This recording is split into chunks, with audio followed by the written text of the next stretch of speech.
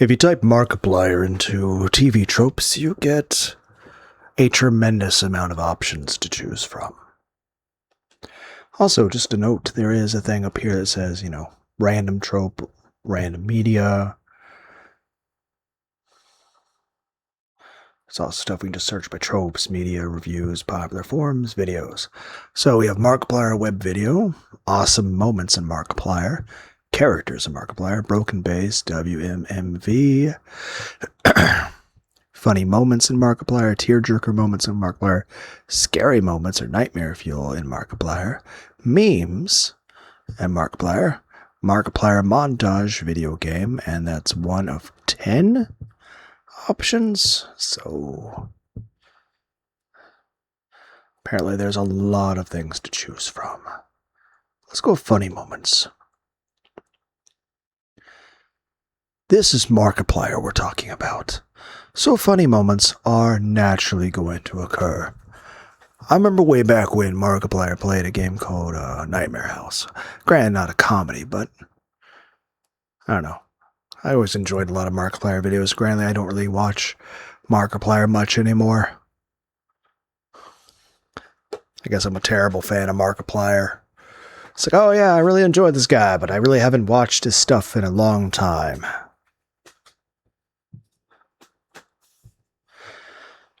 Let's see. Works with their own pages. Who Killed Markiplier, A Heist with Markiplier, Eunice Honest, Five Nights at Freddy's, Drunk Minecraft, Uno, The Forest, Other Games, Non-Gaming Videos, Phasmophobia and In the Silence, Distractable, and Iron Lung. Okay, we have funny moments and things like 7 Days to Die, Alien Isolation, Amnesia series, Bloody Trapland, The Evil Within, Fatal Frame 2, Garten of Ban, Getting Over It with Bennett Foddy, GTFO, Happy Wheels, Heave Ho, Henry Stickmin series, Honey Pop series, Ib, Kerbal Space Program, Lethal Company, Man of Medan, Minecraft, Monopoly Plus, Monstrum, Octodad, Off, Outlast, Poppy, Prey.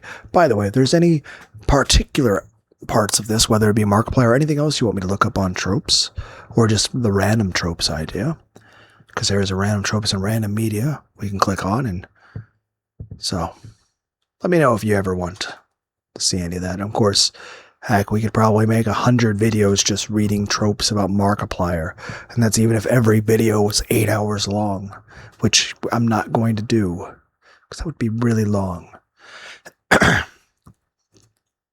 Prey, Prop Hunt Raft, Red Dead Redemption 2, Resident Evil 2, Resident Evil 7, Biohazard, Resident Evil Village, SCP Containment Breach, Stanley Parable, Ultra Deluxe, Subnautica, Searcher Simulator, There Is No Game, Wrong Dimension, Turbo Dismount, Undertale, Until Dawn, Yandere Simulator.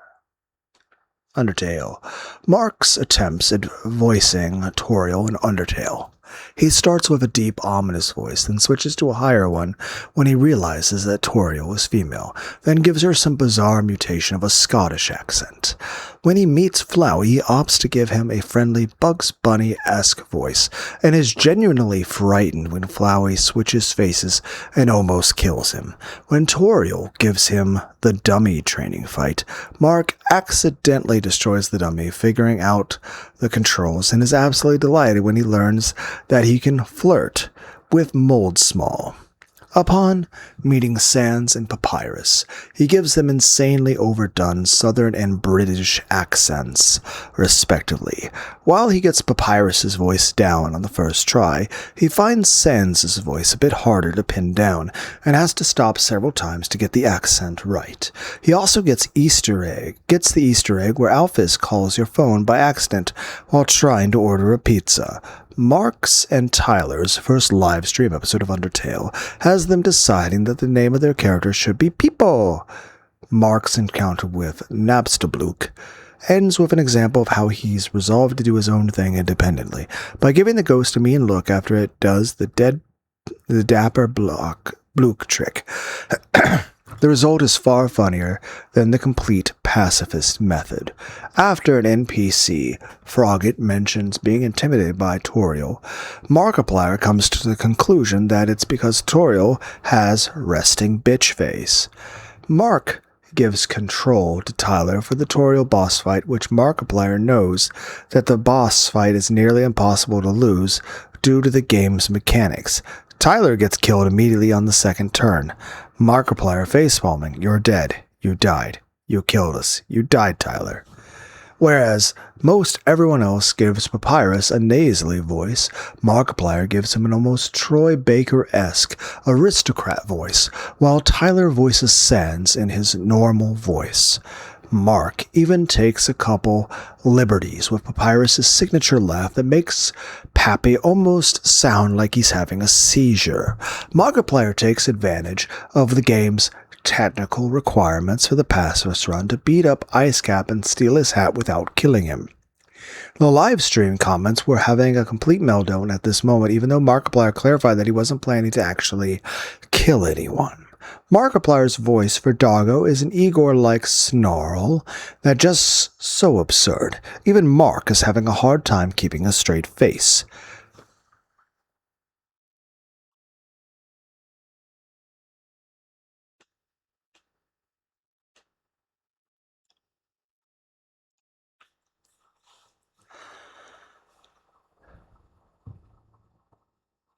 Christmas means many things to many people.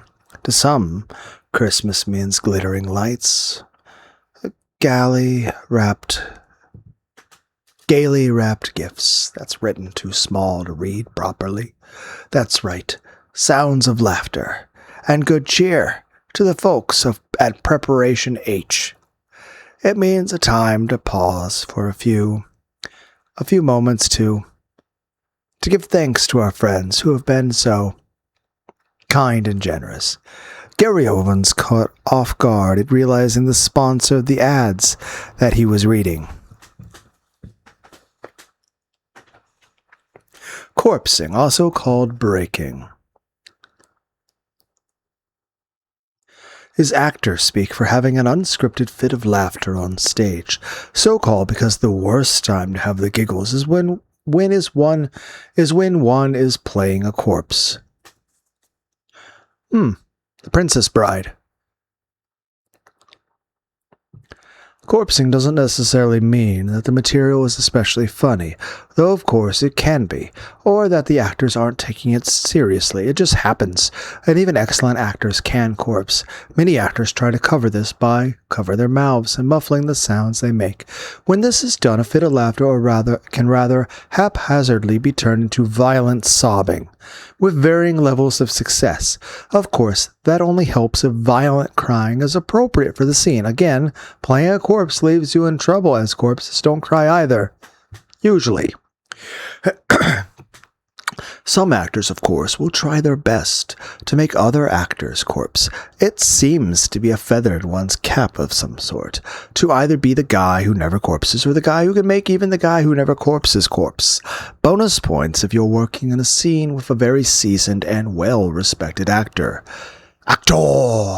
Even if they have a great sense of humor in real life, getting someone the caliber of Robert De Niro or Meryl Streep to get the giggles is a big achievement. At other times, it is just mean to tell an actor to keep a straight face on camera while watching a character bounce off the walls.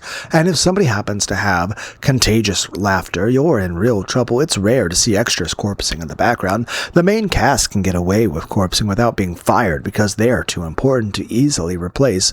But if they manage to get through a take without laughing, and then an extra ruins the scene by laughing in the background, that extra will probably be let go on the spot and blacklisted from future projects.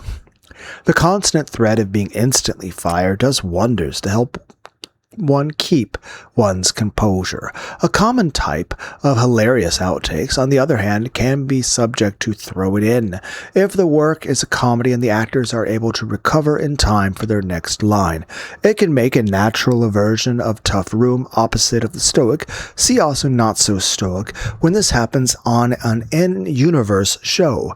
It's a subtrope of the show must go on. Compare holding and laughter when characters in-universe struggle to keep a straight face, and anguish, when it's anger that prevents someone from speaking coherently. When the hapless individual actually is trying to play a corpse, that can overlap with the living dead. Has nothing to do with the Joker's laughing gas that makes the people laugh to death, although some overlap is surely imaginable. I just want to look at anime and manga. If I can scroll down enough to click. Damn it.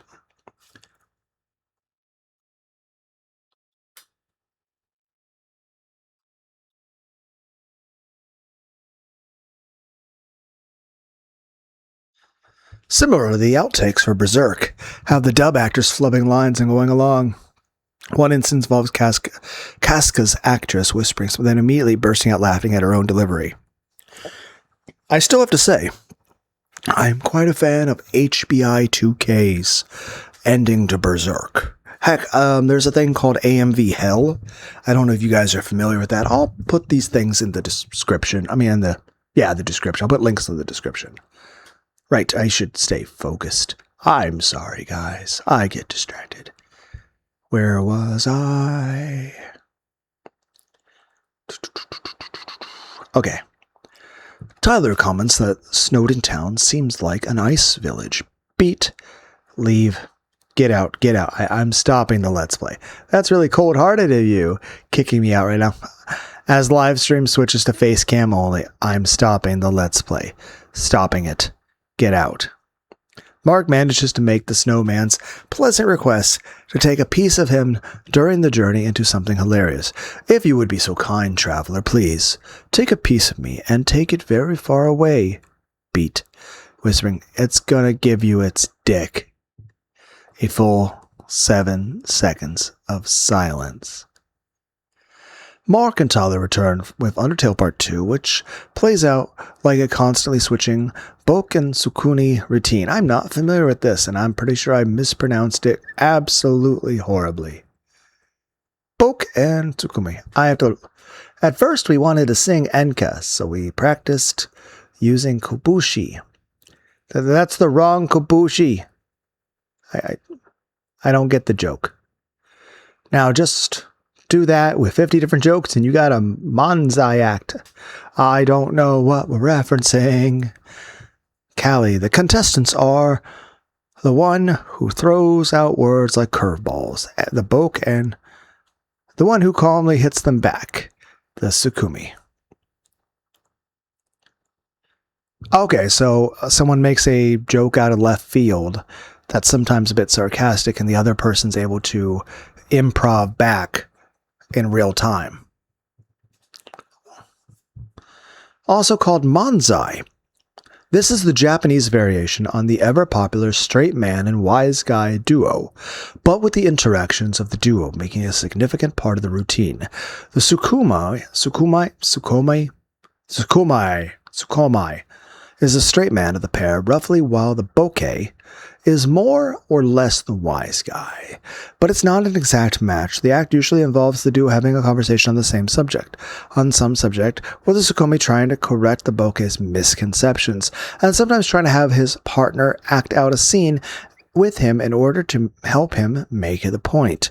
The bokeh, meanwhile, sets up the gags by getting everything completely wrong, either because he's a moron or because he's being a smartass.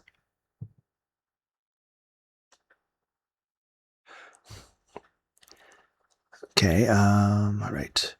With Mark acting like a jerk-ass, suggesting that they kill everyone while Tyler is the straight man, or Mark showing his more in-depth knowledge and theory crafting with the game while Tyler is fumbling around.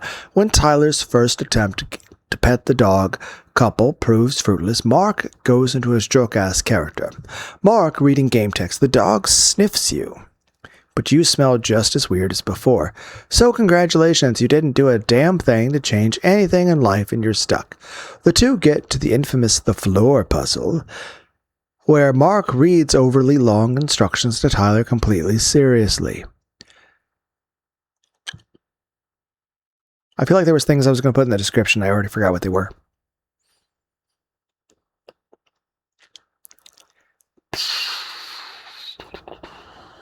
I was going to put things in the description. I can't remember what they were. HBI 2K and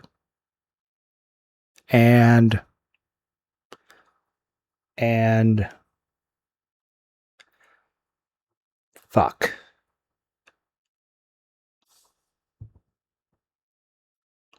Yeah, we'll just end the video here. I'll listen to the video and I'll be able to figure out where it was. Bye.